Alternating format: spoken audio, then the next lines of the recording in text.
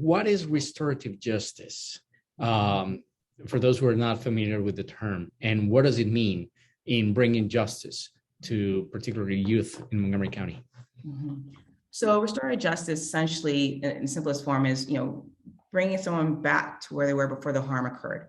So you're talking about whether it's the restorative justice for the victim, for the accused.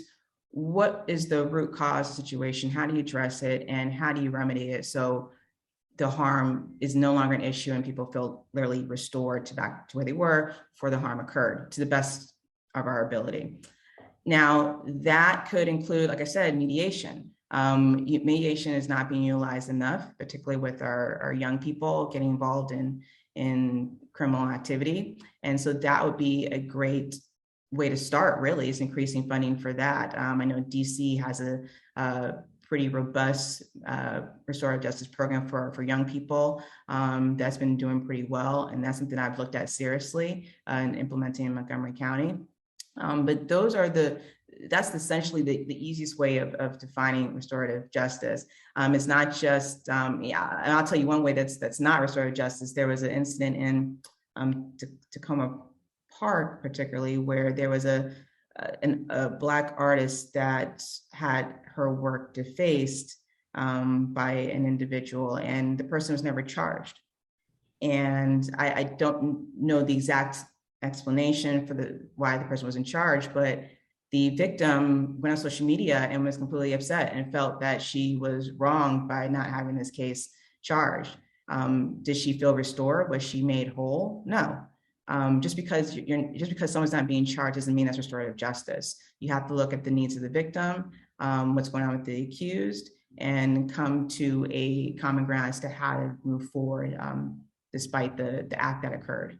How does one ask for mediation in those cases? What's the procedure? What does the person need to do if say a mother, a father see that there's one is involved in a situation and they want to seek these kind of restorative justice? How do they ask for mediation? What do they need to do? Good question. Well, this is where the role of a diversion coordinator comes into play. And even before we actually have one on the books, there will be someone assigned at the screening level or assistance of another prosecutor to determine, okay, let's look at the case. Let's call the victim or call the family, see what they need before even pursuing charges or pursuing the case any further. That will be the opportunity for the families that in the hypothetical that you mentioned to say, okay, what is it that you're looking for out of this case?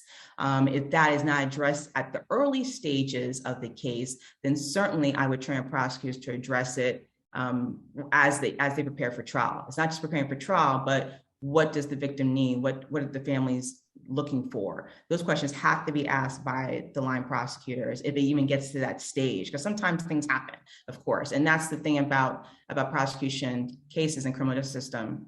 It can feel like not just a process, but a factory.